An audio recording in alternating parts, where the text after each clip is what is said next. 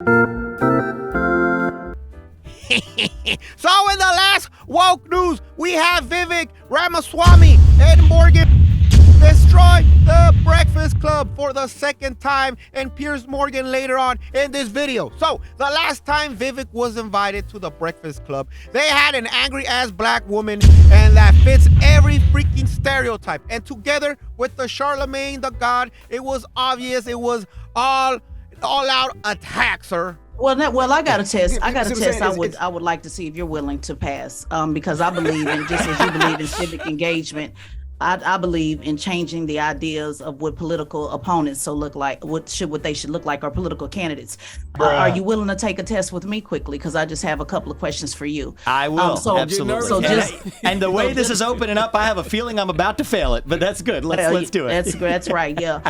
And I mean, oh man, sir.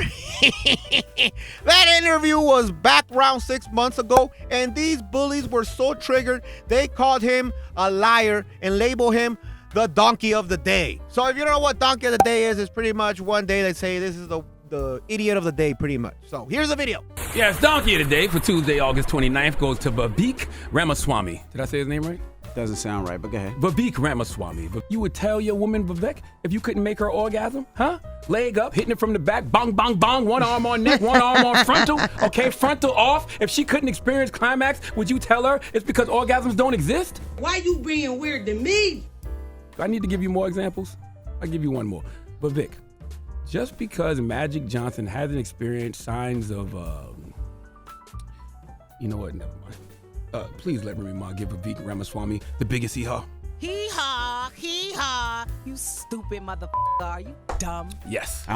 So after the comment section destroyed the Breakfast Club for being salty and pretty much being called out for one-sided views, you know, if you're not any, you know, one side, we're gonna dislike you. For example, you know, we had that time when, you know, Biden is good, even though he said if you don't vote for Biden, you ain't black.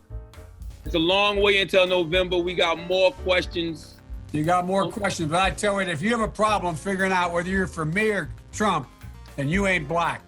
And for that one, bro, can I get a... Oh, man.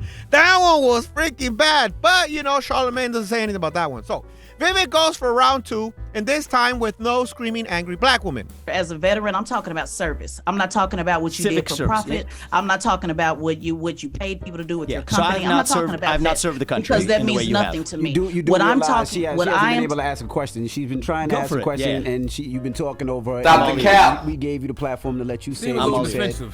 I'm all ears. No, I was just correcting a couple facts. She hasn't had a chance to That's ask all. a question yet. Every time she tries to ask a question, you've been cutting her off. Go ahead, I'm all ears. What I just heard is that everything is about you. And to be honest with you, this is just a PR campaign, sir. To be honest with you, and I think you're trying to go further to the right because you want the Republicans to accept you as a man of color. And I think the only way you think you can do that is to be so extreme. I appreciate your opinion with your positions, and I think you need to do a little bit more work in service. I'll give it back to you guys. Let You failed the test, by the way. because she did ask me a question, and then you guys said you wanted to hear a response, but I think I heard an expression of opinion. So I just want to make sure you're all done before I respond to it.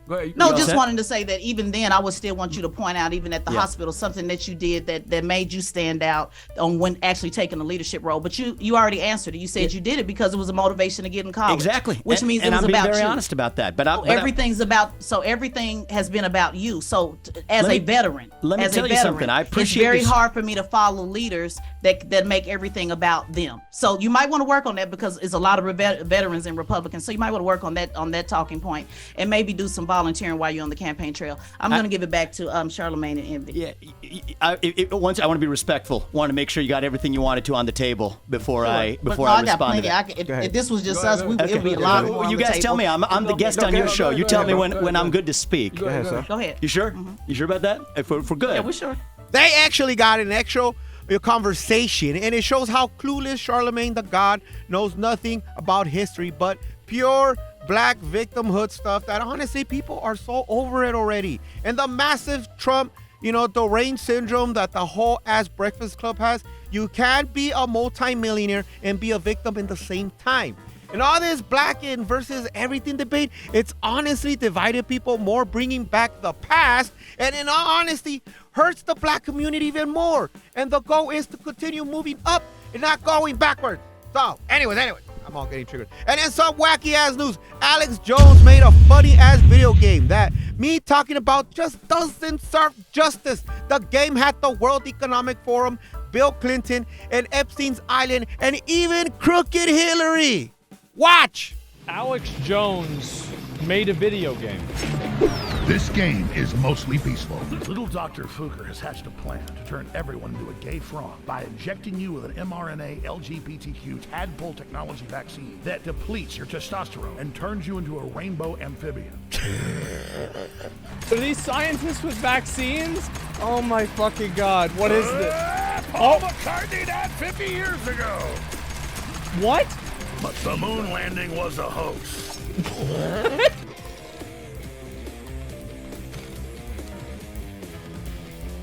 I can't believe this. Virgin billionaire? I'm going to lower the world's population. This guy. And he shoots money at you. Oh, I destroyed him. I beat him. I thought you did computers, libtard. Epstein, no. Save the babies. Dude, I'm getting farmed by Bill fucking Clinton. Are you kidding me? Wait. I'm here to save the poor, innocent babies. We are going to defeat the globalists very bigly. Believe me.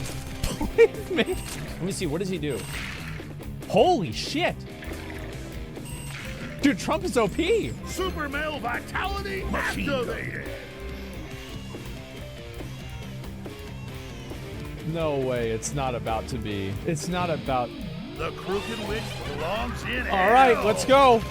And then no surprise, we got freaking MSNBC, I can never say, wants to cancel the man's funny ass video game because you get the embody Alex Jones in their statement and you defeat, quote, evil globalists. Yeah, they're not evil. Stop the cap. And since it's available in Steam now they're crying. So too bad. It's called freedom of speech. And then we have another story, which, again, it's the Breakfast Club, but this time for the second time, but this time it's Piers Morgan. And then no surprise, Charlemagne the God roasted once again.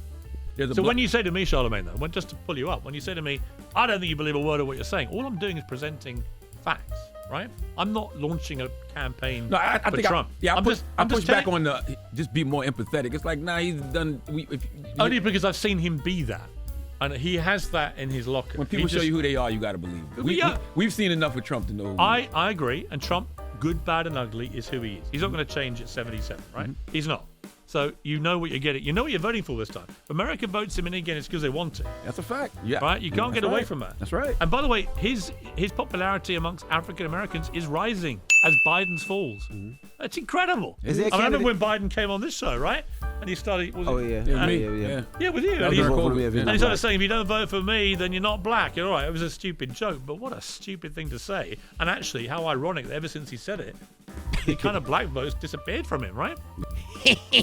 Piers Morgan shows how little research Charlemagne the God does or even knows about the subject to talk about with no facts and only feelings and zero information by asking Charlemagne how many eligible immigrants did Obama report, and he can't even guess and will always play the Trump card, claiming Trump has more. But let me ask you. Mitch McConnell didn't encourage it. You mentioned Obama, so this is an interesting little question I always throw people. Interesting if you guys know the answer. How many illegal immigrants, did Barack Obama deport in his 8 years as president? Oh, I don't know. Have a guess. No clue. No clue. Interesting, right? You don't know. I mean, I know it was a lot, but I don't know the exact number. Have a guess. Oh, I don't know. Give me a number. I actually have read that it's more than Trump. Give me a number. I really don't know. Yes. I don't know. 8 years. 8 years. How many? I don't know. How many people did he physically have deported in 8 years? I have no idea. Well, give me a number. You don't want it, do you? No, I really don't know. I really don't know even where to begin. I don't know if it's tens of thousands, millions. I don't know where to begin. Millions. But I've read that it was more than Trump. The answer is over 3 million. Damn. He was known as deporter-in-chief by Mexicans. Yes. And that was more than Trump did. He deported way more than Trump. He deported way more pro rata than any president in history. Who dropped the most bombs in a calendar year in American history? Oh, come on. President Barack Obama. Barack Obama, right? Including drone programs and so on, right? Who got elected in 08-09 on shutting down Guantanamo Bay? Because as a former lawyer, he believed it was an illegal institution. President Barack Barack Obama. Obama, yeah. What is still open today? Guantanamo Bay. Correct, right? Etc., etc., etc. So I know that the general thing is Obama angel, Trump devil. Right. But if you actually apply the scrutiny that we give Trump, put it this way, if Trump had deported 3 million people, you think you guys wouldn't know that answer? Of course you would, right? Nobody knows that answer because nobody thought that way about Saint Barack. And I think that he wasn't Saint Barack and Trump isn't the devil. Trump has a more devilish way of talking and he has to be held absolutely to account. And it's a very good argument to say after what happened on January the 6th, he shouldn't be allowed to run again. But he is allowed to run again. And in fact, he could be convicted of a crime before the election and still be allowed to run as president. That's insanity. And he could actually go to prison and still be president of the United States constitutionally from a prison cell. So this is not my constitution. These aren't my rules. This is the reality. So I'm not sitting here saying you should vote for Trump. I'm not defending Trump, I think, irrationally. I'm simply presenting a slightly fairer argument about why Trump is now back in the position he's in and why he could win again than some people want to present because they think it doesn't suit them politically to say that. At this point, throwing Mr. Piers Morgan is just pretty much a suicide at this point for the Breakfast Club. And Mr. Piers Morgan, you know, he hits up the facts and plus Charlemagne in a corner with pure facts. And he still can't admit that Trump is the right one to pick, you know? And, you know, forget your feelings. We're in a situation right now that, this is kind of an attack, bro. Let's be real.